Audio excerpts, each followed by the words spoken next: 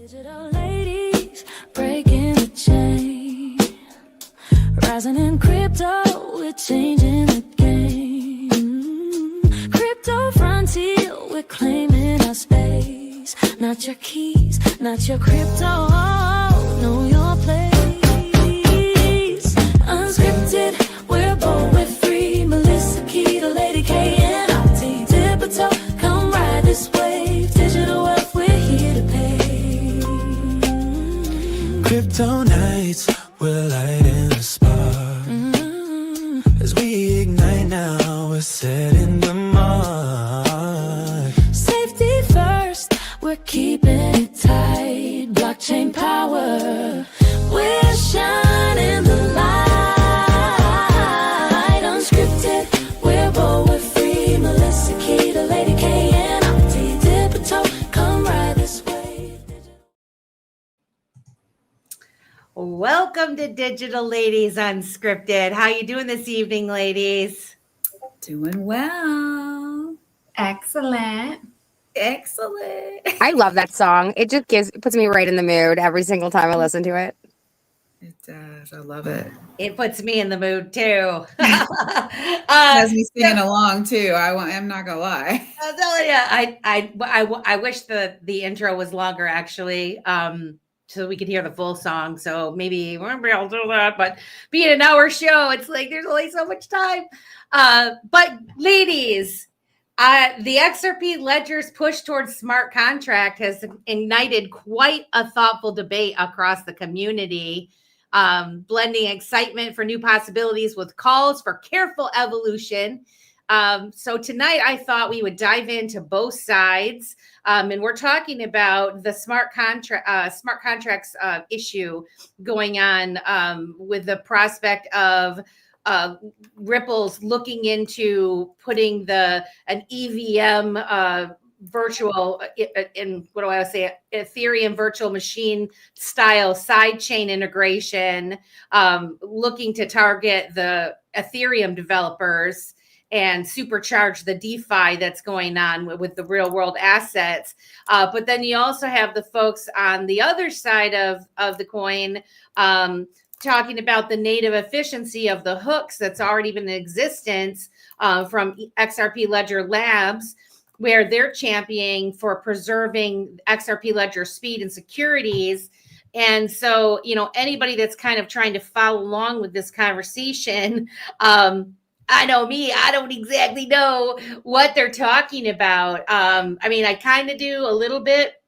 And so I thought it'd be great for us to kind of touch on this topic right now while it's hot, and get a basic understanding for folks that may not know anything about this, kind of like myself. And listening to Lady K the other night on Spaces, she has a lot of knowledge when it comes to this. And so I thought this would be great. What do you guys think? I think that's a great idea. I know a couple of friends had their space live last night, which is Toasty and 589 Chicken, better known as the Bearable Chicken. So yeah, I'm really excited to be able to have a conversation about this because I think that it's going to be some good information. Absolutely. Should we shout out a couple of people that are in the chat right now who you see in Keda? Yes, I'd like to absolutely. shout out Lady K's cat. Well, first and foremost, it was DCA Crypto Dave was the first person in the actual audience. And then K Buddy, our good friend, Miss Kelly. And then also Edward Franzlowski. I think I said that right, Franzlowski. Hopefully I said it right. You'll have to let me know. Sean Singh is in the house, as well as Mad Sparks Creativity. Welcome, welcome, welcome to Digital Ladies Unscripted. We're so happy to have you. Oh, as well as the other 18 people that are watching us. Hey, don't forget to like and subscribe. Like, share, and subscribe. Oh, and a shout out to Silver Days, who's always in here on a regular basis. Oh, perfect. He said you said his name perfect. Wonderful. Perfect. Good deal. I like it. So, Lady K, when I was doing a little bit of research before the show, I pulled up some bullet points. And of course, I used my handy dandy best friend, Grok, for information, pulling it up because I don't know a lot about this kind of stuff. But do you mind if I just kind of run through some of these bullet points? I'm not going to read the whole thing. We're just going to kind of list off what it says. And I don't know if you want to stop me as I'm reading them because I'm sure that you have some things to say about these bullet points. Basically, what I asked Grok to do is to give me the arguments for and the arguments for each side, right? Like why people are passionate for each side. So I'm gonna just kind of go through them, and then if you need to stop, just blurt it out. Okay? Are we ready? Yes, we're ready. All right. So. I'm just starting to grasp the idea as well. Like with the documentation that Mayuko puts out, who's working on it right now, and all the conversations I've had this week. So I'm just starting to grasp the concept as well. Go ahead and shoot. Perfect. Okay. Well, we appreciate you you looking and diving deeper into this because it helps all of us, right? All right. So here is what Grok says: the arguments for the EVM side chain. So this is what they've called it. They've called it an EVM side chain. So let's start there. It is WASM. Using this, it is WASM. They've chosen. So I don't know if you could say that's like EVM because we have the EVM sidechain and then they decided to use WASM for the smart contracts. So can you please explain what WASM is? Because treat me like I'm two. And let me know what a WASM is. I'm just, So my understanding is the WebAssembly, it was like created by the World Wide Web Consortium. And it was chosen because it's like compact, it's fast, it's secure. Okay. Oh, okay. And so when it comes to the digital asset and cryptocurrency space, what is the functionality of it when it comes to these smart contracts that are associated with the XRPL? So first, okay, so there's two, right? So there is smart escrows, which they're testing right now. And then that will come in first and be utilized. And then they're going to then add smart contracts. So they're separate. So is this like the same type of escrow that has always been available on the XRPL, or is this a separate type of escrow? Okay, so right now you can only escrow XRP. Okay. Now, token escrow is up for vote, but it is not going to be voted on until they work out some bugs. Okay. And when token escrow comes in, you'll be able to escrow tokens as well. Now, so not just XRP, but any other token that is native to, or not native, issued, but actually built on, so it's issued on the XRPL can be escrowed. Yes. Okay. All right. So when token escrow comes through, we'll have that. And then smart escrows. And now XRP escrow and token escrow right now, they're only going to be able to be escrowed for a certain period of time or a password. So what smart escrows is going to do, it's going to add functionality where you can add more logic to it, right? So the examples are like you can create one escrow that can only be released upon, another escrow. You can create escrows that can be released upon things that happen, like Oracle data comes in, like the price of XRP hits this, and then, it releases the escrow. So all kinds of different business logic you'll be able to add to those escrows. So is this something that, because from what we have seen, right, when it comes to like different projects that are associated with the XRPL, when you have like a situation where one project may buy multiples of a certain NFT, right? And if they take that and they say, okay, we're going to escrow this, would that be a use case for this particular type of situation? Because it would be something like they would have it as like a store of value, I guess, or liquidity that's associated with their project, but it would have a way to be able to have it kind of safeguarded. Oh, like a project says, I'm going to buy these NFTs or these tokens, and then I'm going to escrow them. Correct. Absolutely. Okay. Like when token escrow comes out, they'll be able to do that, right? But right now it will only be for like a certain period of time or a password. So they can actually, like with smart escrows, you can take it a step further, and they can say, like a project can say, I'm going to take my tokens and I'm going to take my dev tokens and I'm going to escrow them, and I'm not going to allow them to come out until the price of this token hits a certain price, right? Or you buy this NFT and you get airdropped tokens. Like you could put the tokens in escrow, and then like when the NFT is bought, then the escrow can be released to that NFT. So what you're describing, so this is one thing I'll say, and then because I want to keep talking about this, but I want to kind of go through these different things with the sidechain, because what I'm hearing you say is what I already thought a quote unquote smart contract was, right? When I think of a smart contract, I do think of if this, then that happens. And what you just described is kind of an if this, then that happens. Like in terms of putting in a password, putting in a time line before something gets released or whatever. And so there's definitely varying thoughts here when it comes to what we think a smart contract is or whatever. And you're calling it smart escrows. And so what I'm already discovering through this conversation and from being on X and watching the conversations fly around, listening to different spaces, there's a lot of words floating around back and forth, which is causing confusion. And so what I'd like to do is go through these bullet points of what these people that are pro EVM, they're calling it an EVM sidechain, which you just said it's WASM that they're talking about, or WASM. Yeah, so just one thing on that, right?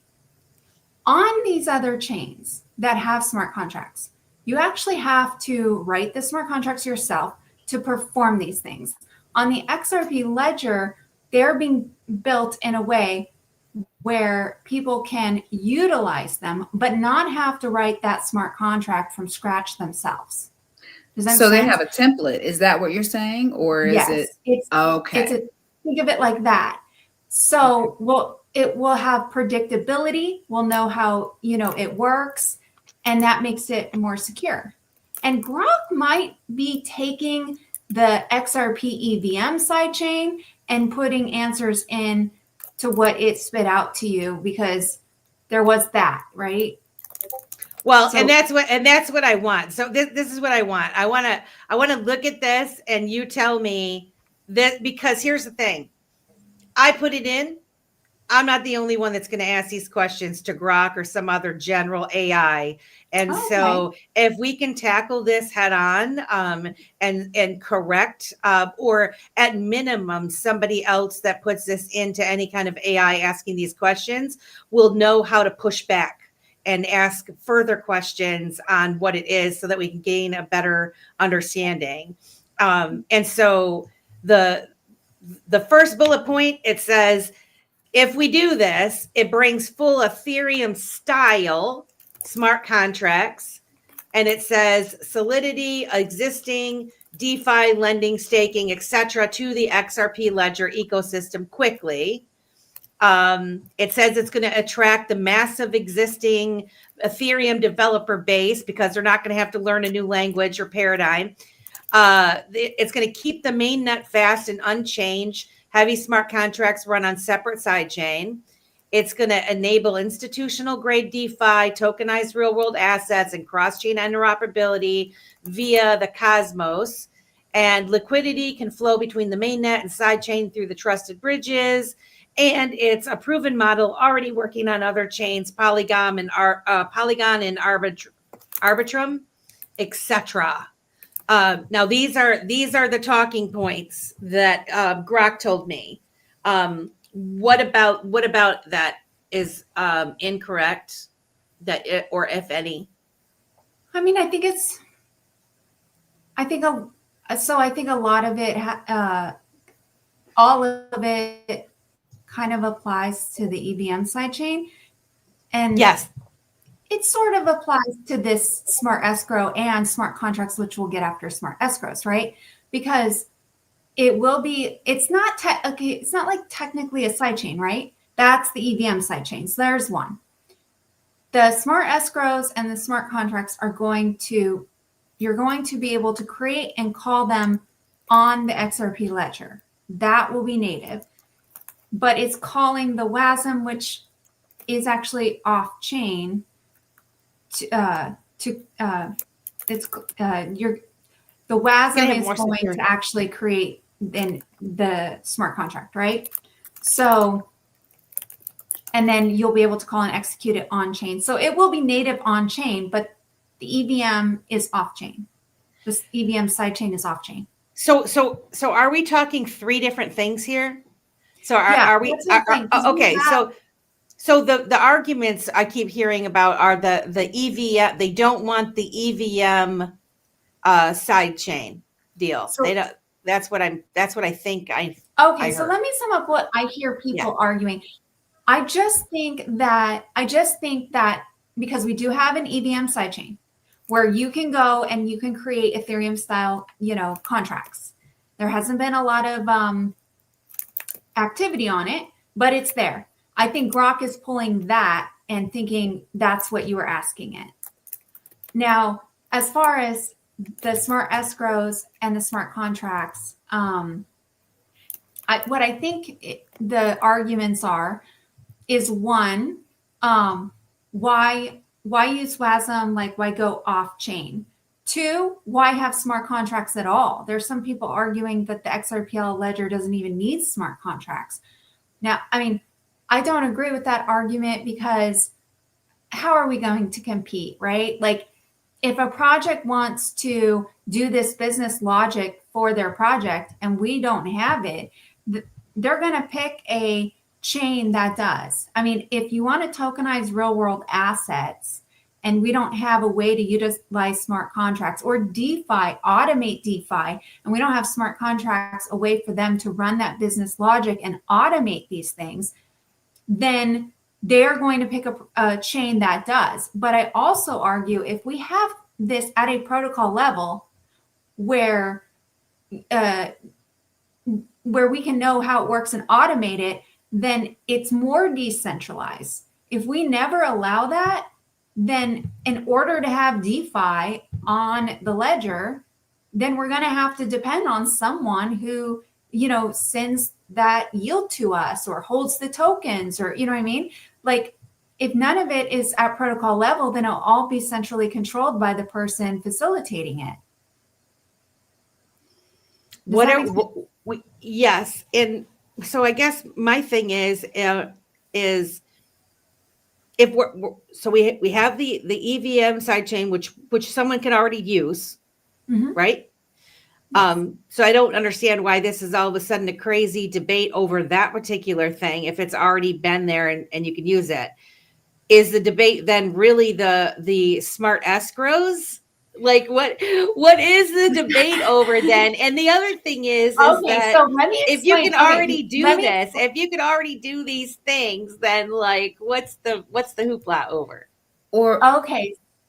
So let me explain that. The EVM sidechain though takes, like, if you send XRP through the sidechain, it's going to take that XRP, it's going to take it to a different chain, a different blockchain, to then create a smart contract and utilize off the mainnet.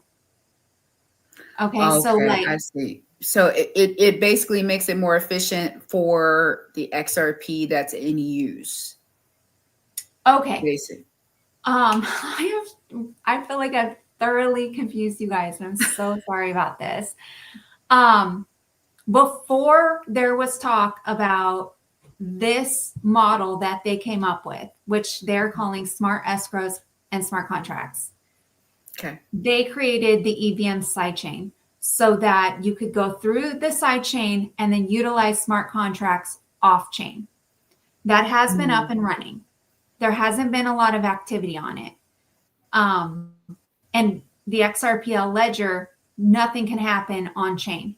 This smart escrow will allow this on the mainnet, on the XRPL mainnet. It will be protocol level. So I think it's better that way so that these business logic and more use cases can be used on mainnet. But the argument we're hearing like this week is that XRPL doesn't need smart contracts. We're a clean payment rail. We should just not, all smart contracts should be off chain. I personally don't agree with that because, like I said, people will go to other chains. Projects won't be able to utilize the XRP Ledger like other chains, which I don't think will help with our adoption. I think we'll have more adoption and more use if we have, use cases, utility that they can use, right?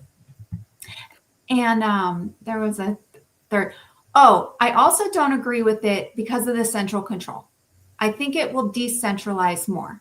So if we don't have smart contracts on chain, then what do? We go to the EVM sidechain, which takes us to a different chain. We can use Flare, which takes us to a different chain. Horium, which takes us to a different chain. Well, what happens in that?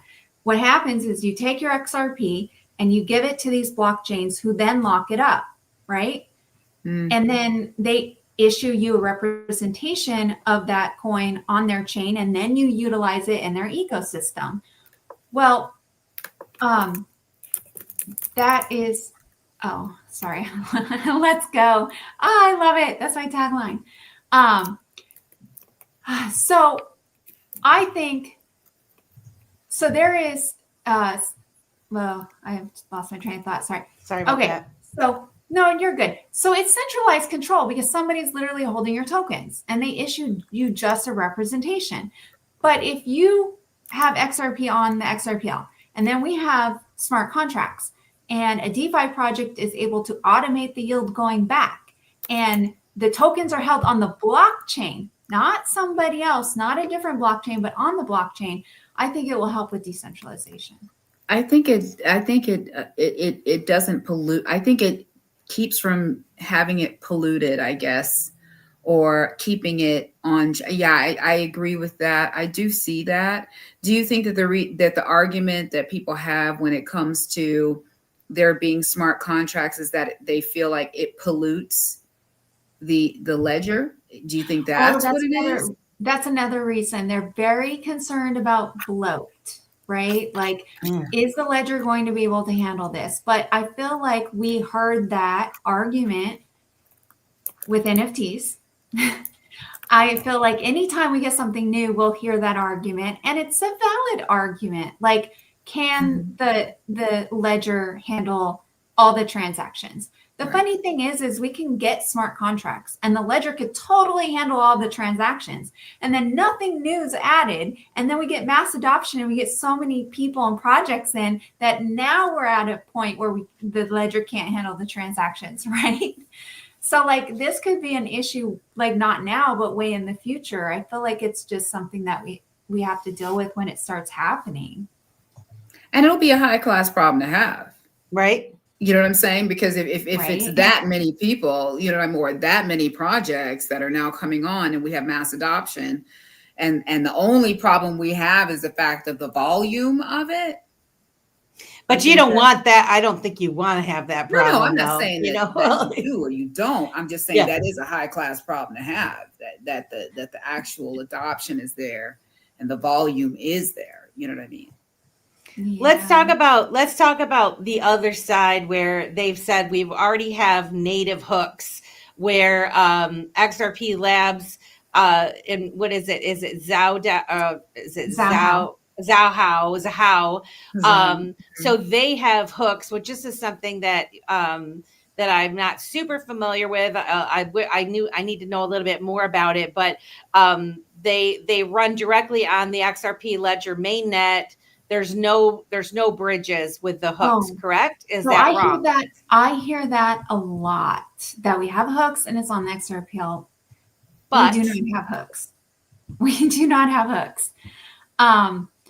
So Zhao was created, you know, I'm not going to get into all that. Like, you know, they wanted hooks on the XRPL mainnet. It wasn't happening very fast. They created, you know, they removed the amendment and they created Zhao and they put hooks there. And it was a copy of the XRPL code with some changes, like hooks and some other changes. And then they created a one-way bridge to it where to go to that, you had to burn XRP. But see, they didn't want to issue a representation of XRP on the Zhao, which then you could bridge back, because holding those tokens is holding other people's funds, and that requires licenses. And so like, that's kind of like what I was saying about these other blockchains. If we use them for smart contracts, then we're taking our XRP and we're putting it over there. Yeah. And we're giving it to someone to hold, right? Yeah. So there's a trust there, which that's my thought process. That's still centralized control. That's why I feel like things happening on the actual chain where the crypto stays on the blockchain is decentralization, because nobody's holding it. So you don't have to worry about it. And then we have, you know, contracts that are template like, which we can be predictable, which I think is way more secure than a contract anybody can write. Right. Well, and that's the security issue of like when my fear surrounding smart contracts, particularly in these early phases, is either A, you have to trust someone else that wrote the contract, or B, you have to trust someone else who wrote the contract for you. Right. And to where if you don't know what's in there that can happen, how do you know there's not a back door written in there that can, you know, slide a few pennies? Like, what was that old movie back in the day where they figured out the big banking thing where they were like, if we just take a couple cents from everybody's account every day, all the time, we're billionaires easily. Right. So what's to say, you know, with that? And so, yeah, I that does worry me about the smart contracts. And again, like you said, Lady K, it comes away from decentralization, because then you are going to be going to the people that are the smart contract people, the smart contract chain, right? I don't know. You know, another thing too is like, you know, I think it's a pain for even devs to write smart contracts on other blockchains, right? So on the XRP Ledger, we're sort of staying true to the roots of like, this is very simple and easy. Like you don't have to come over and write a brand new smart contract from scratch. This business logic is primitive. It's here, and you simply just construct it. Well, and so all right. Just so I can get past this hooks thing. The fact of the matter is, we don't actually have hooks. Hooks is on Zhao. Zhao was from what I just basically understand, is they created it as a test net, basically to find out if they could make these hooks, because they didn't do it natively on XRP Ledger's blockchain. They did it on Zhao, a copy of XRP Ledger, correct? Yes. Okay. But they created it to be another blockchain, not a test chain. A lot of people didn't like Zhao and was like, well, that's going to be a test chain. And then when it works out or it doesn't, we'll end up getting smart contracts. I was one of those people that said that. And here we are with now WASM, not even hooks. So that's interesting, right? But Mayuko put out like documentation, which I can throw in the. Can you explain who for the audience who Mayuka is? She works for Ripple, and she worked on the AMM code, and now she's working on the smart escrows and smart contract development. Okay, so she's a developer on the for XRP Ripple. Ledger. Okay. Yeah.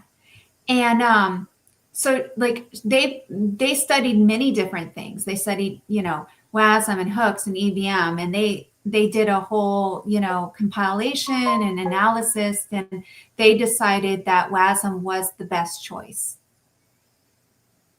Do other blockchains or other industries use WASM? Do you know? Cosmos does, and Corium does. Okay. So it's existing, I don't know if I call it existing tech. Yes. An existing tool that we can use that's already been tried, trusted, and true. And would then using that, so we would use WASM to, I don't know if I'm using the right terminology, initiate a smart contract, or not a smart contract, a smart escrow. Yes, but then after smart contracts, so that wasn't wrong. Just Okay. It's going to follow smart escrows, right? They're going to, on the blockchain, you'll be able to create a smart contract with WASM. Not technical enough to explain how that exactly works, other than my basic understanding, which is that WASM is off chain, but you will be able to execute and call and create on chain, and then it pulls it from like the WASM that's kind of off chain. And my understanding with this is the reason they want this is because if a smart contract is created on chain and it has a bug, it like will take down the entire network. But if a smart contract is created on WASM kind of off to the side, and then it has a bug, it's actually only going to affect the accounts within the smart contract. It's not going to affect the entire ledger. Which is kind of like right now, if these EVM side chains that we have, they run on a separate blockchain, right?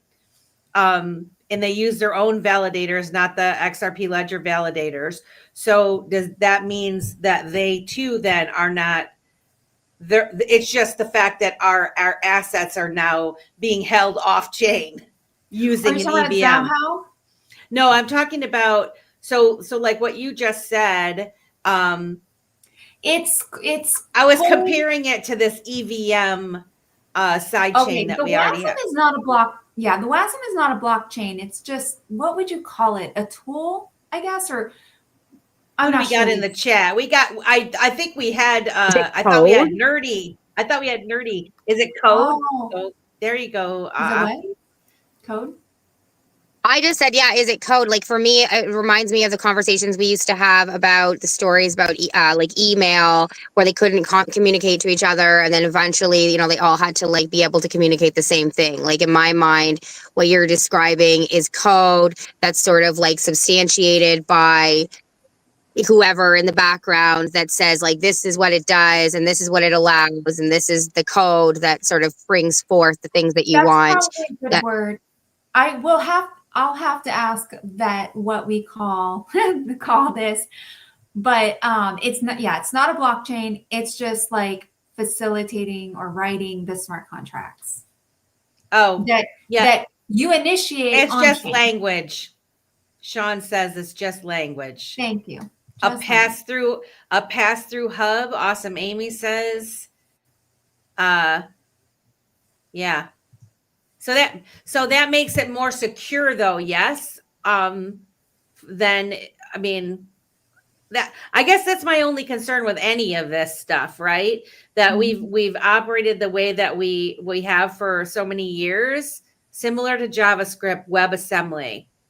Okay. So I have a question. It wouldn't affect the entire ledger. I think it is called the WebAssembly. Good. Yeah, and Nest Course just put that information up in there. I don't know if you see that. I'll go ahead and put it up on the that in there. Sweet. Yeah. is a type of code that can be run in modern web browsers. Yeah. So WebAssembly is the right word. Let's go. Thank you, Nest Force and Sean Sang. We appreciate your help. This We is the appreciate second yours. part of that message too. Oh, I've heard about languages such as C++ Yes, and C++. Rust with a compilation target so that they can run on the web. It's also designed to run alongside JavaScript, allowing both to work together. Mm-hmm. All right. Thank you. We're all learning today, aren't we? Absolutely. Hey, Every that's day what we this learn. space is for. So we definitely have these.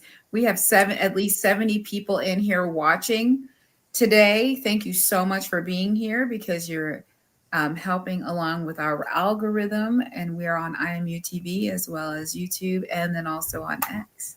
So thank you for being here. Don't forget to like, share, and subscribe. Like, share, subscribe. I did pull up some information. I mean, talking about like security, right? So this is saying basically that it allows it to basically be like sandboxed, right? It's safe. It runs in its own isolated environment. It's binary, so it's super compact, runs on any CPU or operating system, so it's portable. It's near sea-level performance, so it's fast, and it's deterministic. The code equals the same result. It says analogy. Like, to give an analogy, WASM is like an app container. Think of WASM like a safe container where apps run. The blockchain says, here is the contract's input. The WASM model runs in its sandbox and returns the output, and here is the verified result. Nothing inside the WASM contract can harm the validator or access memory it shouldn't, it's saying, which is interesting. So if the contract has a bug, it's my understanding it's only going to affect the accounts, but it's not going to affect the entire ledger. Which in also, so I'm like trying to figure out what the concern is. Why wouldn't you? Why I don't know enough to know, but like my immediate thoughts are like, why wouldn't you want this? Because it goes against. I feel like it's. I want to be right, and if this is available, then I'm not right about my thought process. It just seems like it's a personal thing because we do have a lot of people that just feel like they want to be right. You know what I mean? They want to win an argument, you know? Well, and not only that, I mean, people that work for years in a certain direction, they put a lot of time and effort in one direction. Yeah. And then something else comes along that is like a serious threat to everything that you've just been doing, to where I could understand where some people are like, well, wait a minute, you know, Makes stuff obsolete, basically. Well, yeah. And even you put yourself in a box. Like I always say, I don't like to put myself in a box, because when you are working head down and you've got it, and you have a consensus of people that are like, this is the way that we should do things, then somebody else comes along with an idea. It's like, oh boy, maybe this idea is going to be better than what I've just been spending my last 5 years of my life working on. Right. And I can understand. I mean, hence the Bitcoin argument, right? All of the people that have invested time and money and everything else into Bitcoin, and, you know, they don't want to look outside of the box to think that maybe there are some other opportunities that will solve other real world problems quicker and faster and more efficiently. And so they tend to just want to just stay right here. And so that is part of the reason for this show too, is to like determine, like, is this what this is about? You know, Keda's correct. It's an ecocentric thing. Well, you know, one argument I heard was that David Schwartz had always said like that smart contracts were better off chain, right? And so like the argument is that the XRP Ledger is a really clean payment rail. We do one thing, we do it better than anyone else. We're safe and secure. Why mess this up? Why open us up to something that could mess us up. Yep. But feel I that. just learned, I didn't know this. I thought when they were working on Codius, it would be like an amendment coded in. And it actually, Codius was going to be the same setup as this, like native where you can call it, but then the smart contract's kind of like off to the side being created and called, right?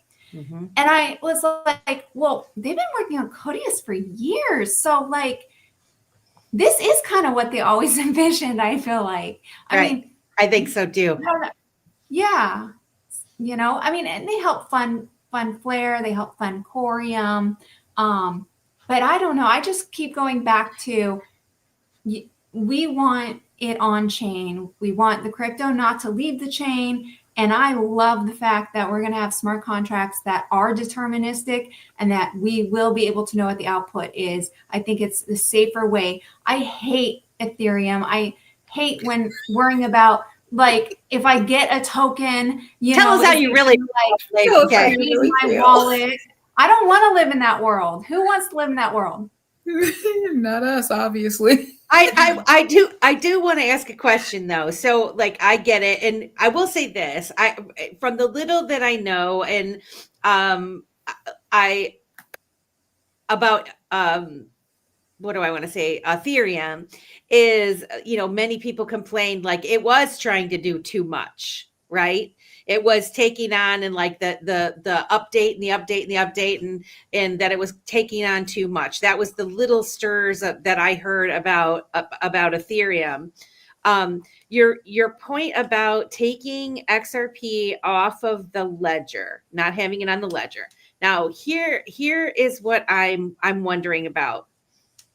So if you take it onto the EVM sidechain, then you're taking it off because when you move it over there, you're converting it into something else, like a wrapped XRP, right? Type deal. Now, as far as price goes, it doesn't really affect XRP's price, right? But now, because I guess what I want to say. So then would the point be the value then would be stated as value on the Ethereum blockchain that's being housed on the Ethereum blockchain because it's in wrapped XRP form? Is that the worry about allowing XRP to be used on these other blockchains? Because one of the things I think about XRP as being a tool, to be able to be used for different things. So I'm just wondering, like, what is the bad part about it? And I'm just, because I don't know, what would be the bad thing about having it say wrapped on Flare, wrapped on Ethereum, wrapped on these other blockchains, if you could make sure you could unwrap it and bring it right back to the XRP. Yeah. Am I asking the question that's legit? I don't know. I do understand what you're asking me, and okay. I'm not totally against it. I minted FXRP on Flare. I'm not totally against it, right? But I'm just saying though that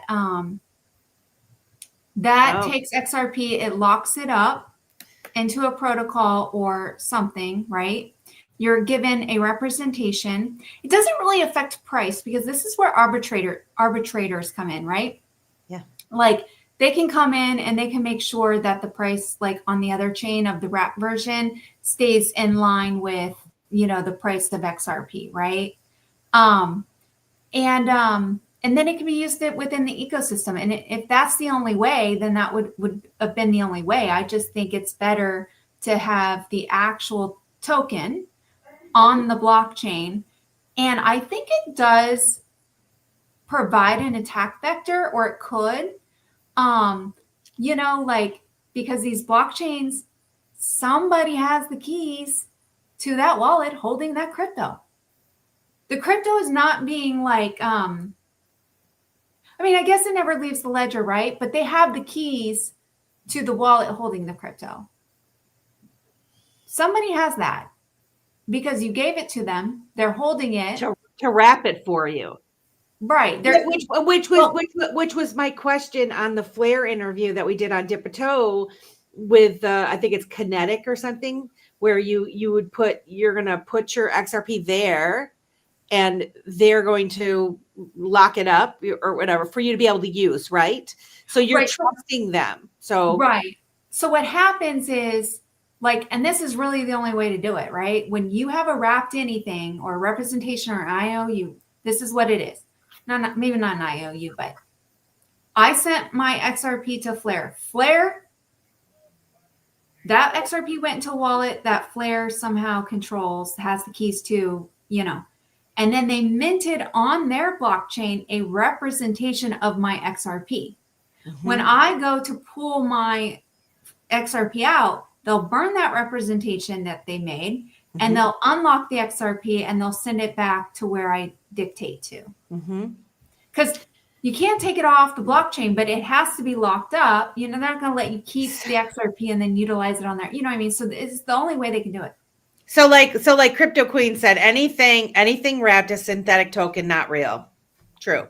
Now, but my other question then is,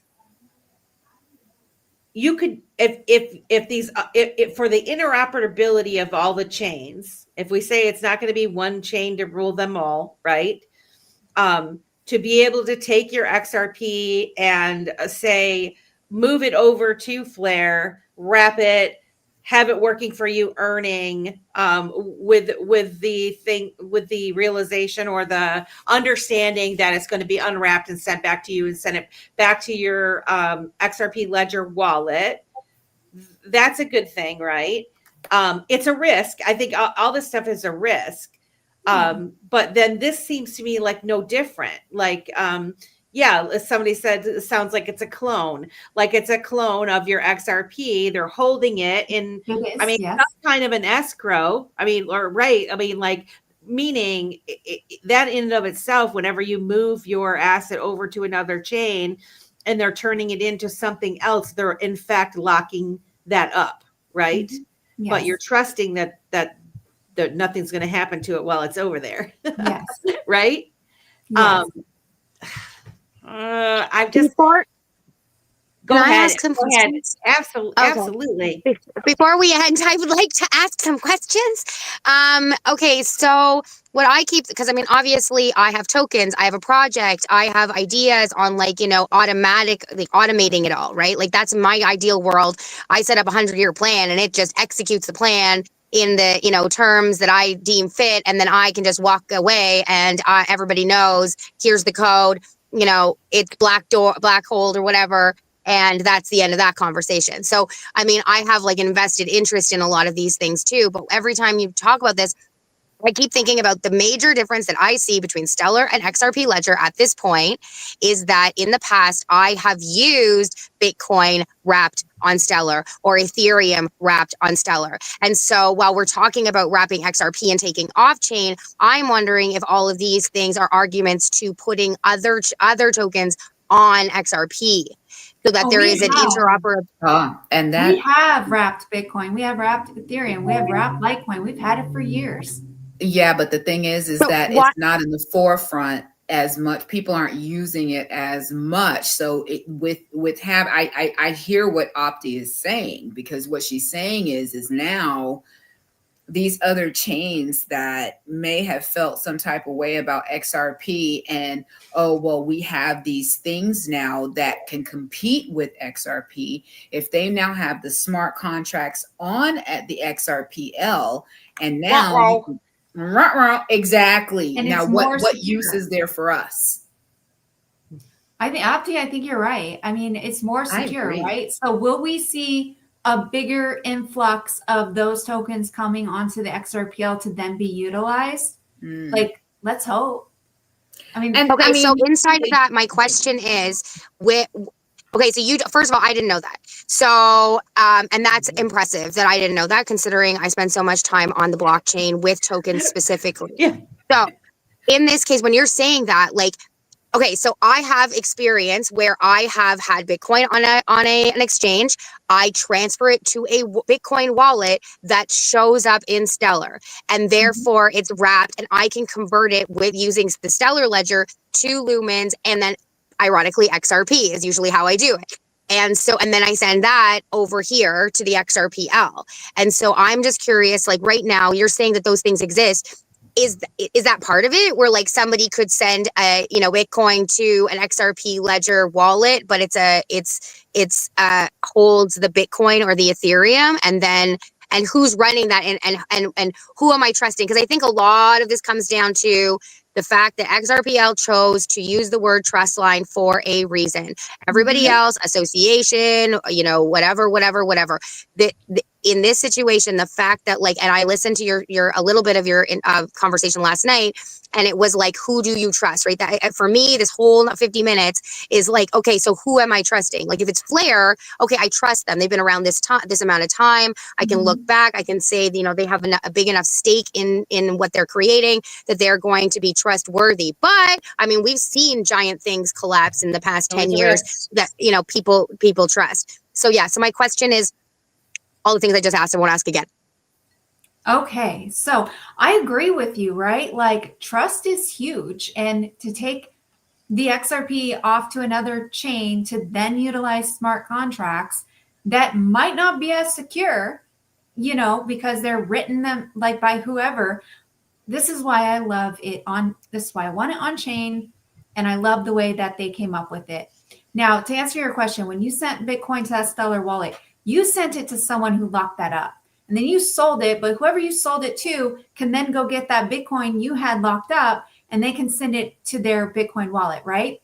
It's the same thing on the XRPL. GateHub issues wrapped assets. Bitstamp issues wrapped assets. So you can go through them to either wrap your assets, and actually you can go on the DEX right now and you can buy wrapped Bitcoin, wrapped Ethereum, wrapped Litecoin. I actually hold all three in my wallet because I get it airdrop through Reaper.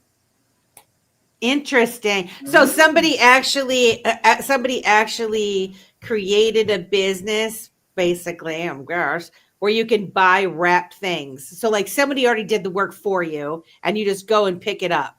So they're probably making a little premium. I don't know. I'm just guessing. I'm just guessing with all this stuff. I didn't even know that you could do a wrapped Bitcoin on the XRP Ledger. I'll have to look up when we're on Space how long it's been, but I mean, it's been years, and I think we were like the first to have these kind of gateways too. This is the sneaky stuff that goes on, that because there's so much chatter about certain things, right? And just even right away, it misleads me from the conversation with what's being talked about, the arguments back and forth. There's a lot of noise, which tells me, there's a whole lot more to the story here. And so, even just having this conversation, look at Amanda's been on the blockchain for years. Stellar didn't even know. I didn't know. I've had a show for 4 years, just studying crypto. I didn't know that. And I mean, so but don't doubt you. Like the average XRP holder, right? I can see why you'd want Bitcoin on XRP, because then you can send it faster, right? That's kind of our joke. That's why we do it, right? Yep. But the average XRP holder is they're interested in XRP. So, and these other chains like Stellar does have smart contracts. So maybe it was more prominent because you could go onto a fast chain with smart contracts and utilize it. Maybe we'll see the same thing once we have sort of the same options. And just before we go, I don't know if it was in this conversation last night or right before the show. So just to reiterate, one of the things that you had been talking about was that you really appreciated how it was like a standard, so that the because it will be a protocol level, everybody can use it, so that we won't necessarily have to go outside and trust outside sources. That it's once the smart contract is created, everybody can use that. And maybe you Yeah. can, before we leave, you could tell us like your conclusion at this point or your opinion or something, because we only have like 4 minutes left. Right. And actually, we talked about smart escrows a lot, but smart contracts will follow. And then that will be where you can be a little more creative in writing. But once like a smart contract's created, it's actually going to like be on the ledger where then anyone can utilize that smart contract. And Because this it's actually open is going source. yes, open source, and it's going to save space on the ledger. You know what I mean? So like if you need something done and it's already been created, you'll just be able to utilize it other than having to recreate the will over and over and over again. Like these, like the toolkit, like all of the things that XRP Ledger has, which is, you know, part of the education that people need to learn with the test net and all of the things that they allow for you to be able to practice, to even see what's out there for people to use. Because even like when you, like I said at the beginning of the show, the smart contract thing, but what you were describing, we already have, we can already do with the, you know, so certain people, the average person might not even need a smart contract, right? Or what's technically a smart contract could be like smart escrow. Depends on what you're using it for, correct? Mm-hmm. And if it is native, then small businesses could create their own mini small contracts, right? Using the template. Yes. That's the argument. I mean, that's the biggest argument to me. Sorry, Keda. No, you're fine. I think that you know what we had talked about earlier, and what Sean had actually responded to. I do believe that a lot of this is more ego associated. You know what I mean? Because you know, as we've seen, you know, there's a lot of people that are XRP maxis and, you know, Bitcoin maxis, Stellar maxis, right? And they want their chain to be the best, you know. And when one is already a disruptor and already has kind of paved its own road, and now they've come up with something else that can make them that much more viable and that much more of a juggernaut, you know what I mean? Yeah, people are going to try to come for their necks, you know what I mean? And try to, you know, disprove it, you know, try to dissuade. So I think there's a lot to this. You know, I think that these conversations are going to continue. The debates are going to continue. The arguments are going to continue. But I think that it's great that we're out here trying to at least get, you know, drill down so that we can actually get more information and kind of dispel some of, you know, the angst that I feel like is out there. So, man, I want to say to you guys, I just posted the link to the after space. It's going to start at 10:10 over on X. I posted it in the chat here. So we'd love for you guys to come over there. Because I'm sure you guys have a lot of questions or even input for this to be a great conversation. You know, we're all gonna be there. And I can't wait to hear what everybody's thoughts are on it, because it is a controversy right now. You know, it is a controversy right now. yeah, It's also very confusing.